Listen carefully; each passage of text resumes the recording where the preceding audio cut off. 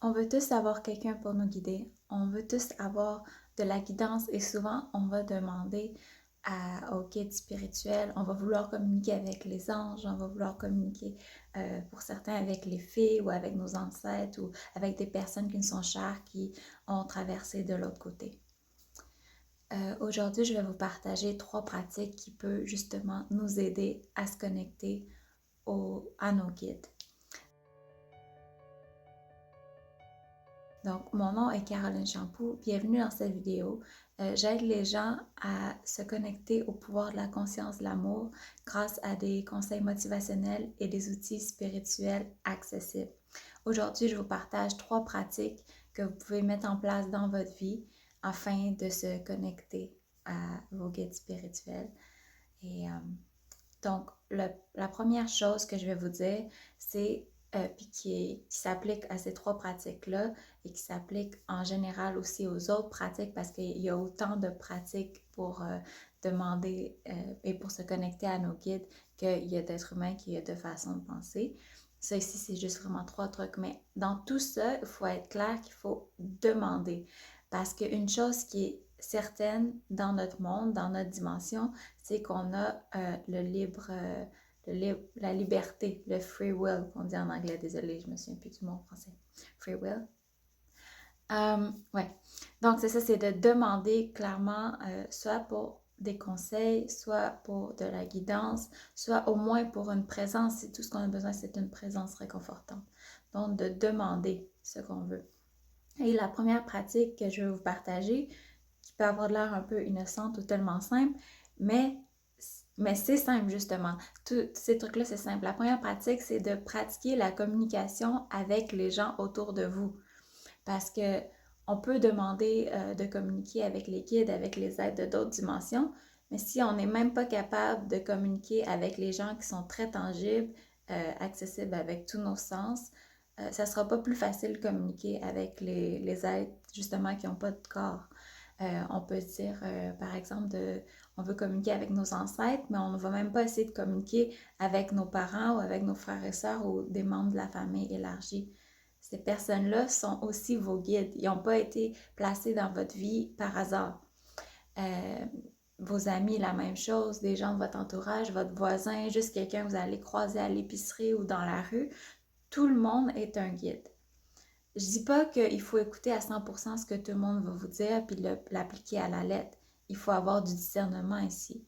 Et c'est là que vient la pratique. Parce que même quand vous allez entendre ou percevoir les voix éventuellement de vos guides, ce que vous considérez comme des êtres de lumière ou de vos ancêtres ou tout autre guide qui n'est pas dans cette dimension-ci, il faut quand même faire preuve de discernement parce que votre vérité, il n'y a que vous qui la savez.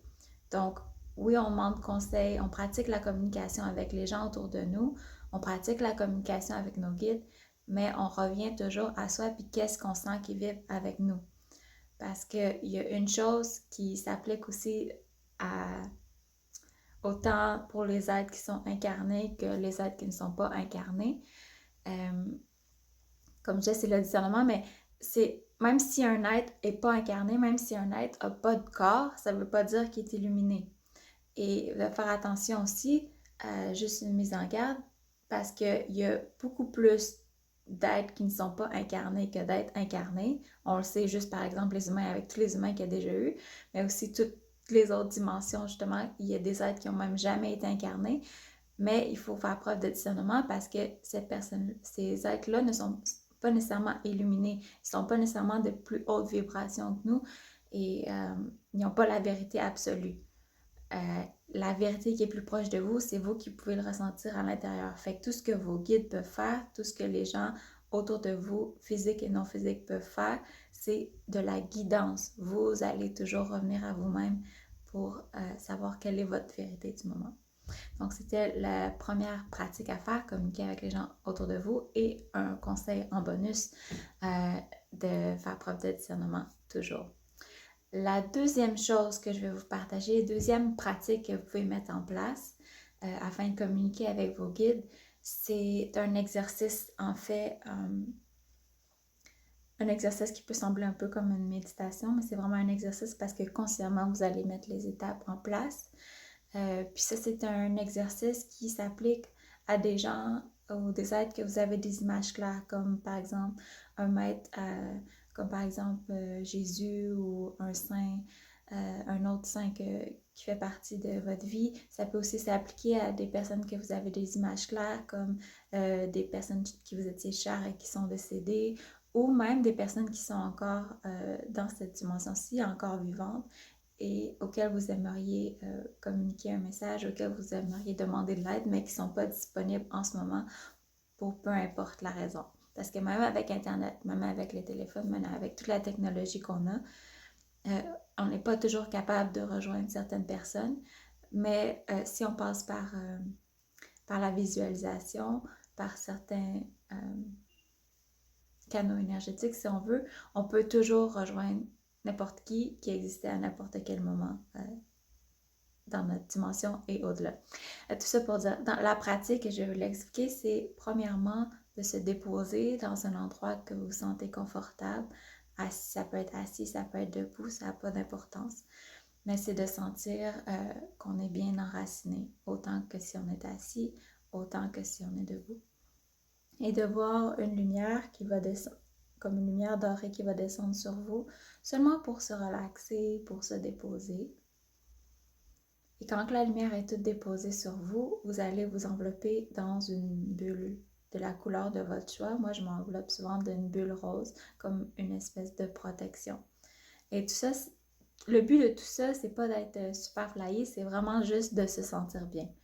Ensuite, vous allez visualiser en face de vous la personne, l'être, que vous avez une image claire, que vous aimeriez recevoir de la guidance. Donc, vous pouvez faire la même chose. Vous voyez cette personne devant vous, vous l'enveloppez d'une lumière dorée, de la tête jusqu'aux pieds, envelopper tout son corps, et vous pouvez ensuite l'envelopper d'une bulle de la même couleur que vous. Quelque chose qui vous fait du bien, quelque chose qui place la personne, l'être, dans un état de bien-être aussi. Et à ce moment-là, vous pouvez soit communiquer de ce que vous avez besoin à la personne, et juste très clairement, très simplement, si votre besoin c'est de vous exprimer beaucoup. Si votre besoin c'est de recevoir quelque chose de la guidance, alors vous écoutez simplement, vous ressentez. Ça, c'est un outil que j'utilise pratiquement à tous les jours parce que oui, je demande beaucoup de guidance. Je reviens toujours à ce qui résonne pour moi, mais ça fait toujours du bien d'avoir de la guidance d'être cher ou de personnes avec qui on se sent connecté, qui ne sont pas nécessairement présentes physiquement. Donc ça, c'est la deuxième pratique, la visualisation dans un espace complètement sécure pour vous et pour l'autre être. La troisième pratique, c'est une pratique vraiment très ancienne qui a été prouvée sur des millénaires. C'est une technique yogique qu'on peut appeler, c'est de réciter des mantras. Donc, réciter des mantras, ça ne va pas vous connecter justement à votre, par exemple, à un grand-parent qui est décédé ou à un autre être cher qui est décédé. Ça ne va pas vous connecter à comme quelqu'un que vous connaissez vraiment. Ça va vous connecter à un aspect du divin. Parce que chaque mantra, en fait, c'est une vibration qui a été comme une résonance qu'on a mis simple. Ouais, qu'on a fait c'est comme si c'est une énergie qui se connecte directement à une divinité. Comme une espèce de numéro de téléphone, quand on donne l'exemple, quand on fait la formation de professeur de yoga, comme un numéro de téléphone pour rejoindre un certain aspect de la divinité. On est toujours connecté à tous les aspects du divin, à tous les aspects de l'univers, mais parfois on a besoin de guidance, on a besoin de soutien dans un certain aspect. Par exemple, pour le courage, mais je peux répéter un mantra de Durga, c'est ce qui est mon nom et ce que je répète le plus souvent.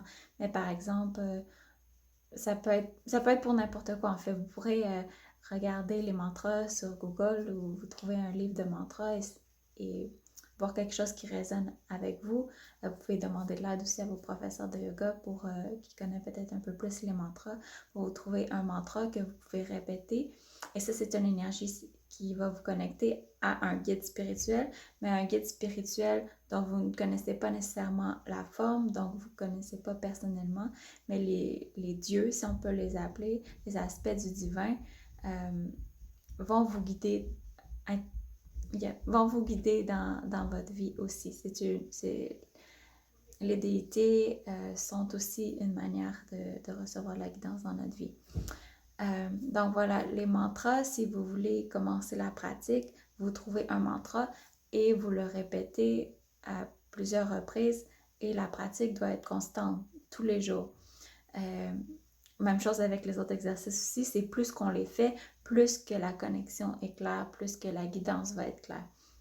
Pour ce qui est des mantras, je vais juste partager rapidement, mais ça ici, c'est un mala, c'est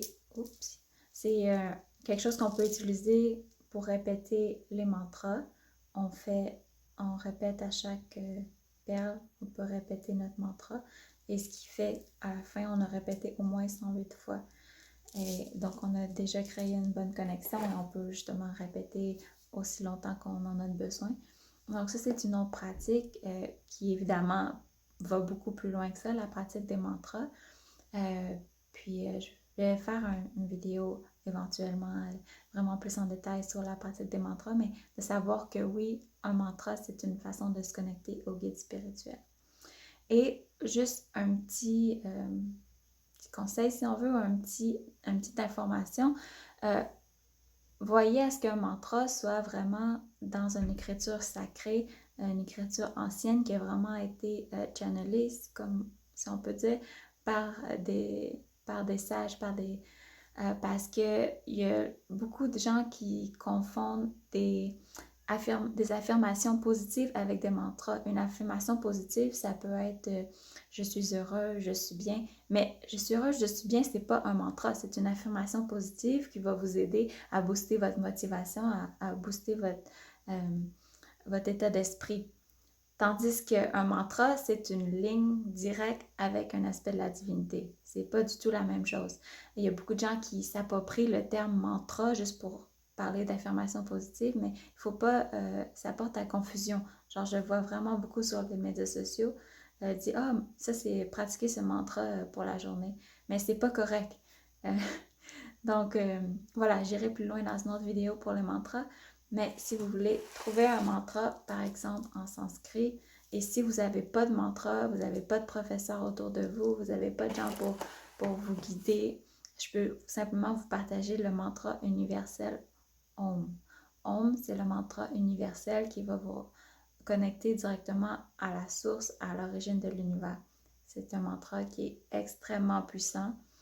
Vous pouvez l'utiliser vraiment tous les jours, autant quand vous êtes dans ce moment où vous demandez la guidance que n'importe quand vous attendez par exemple en ligne pour aller quelque part.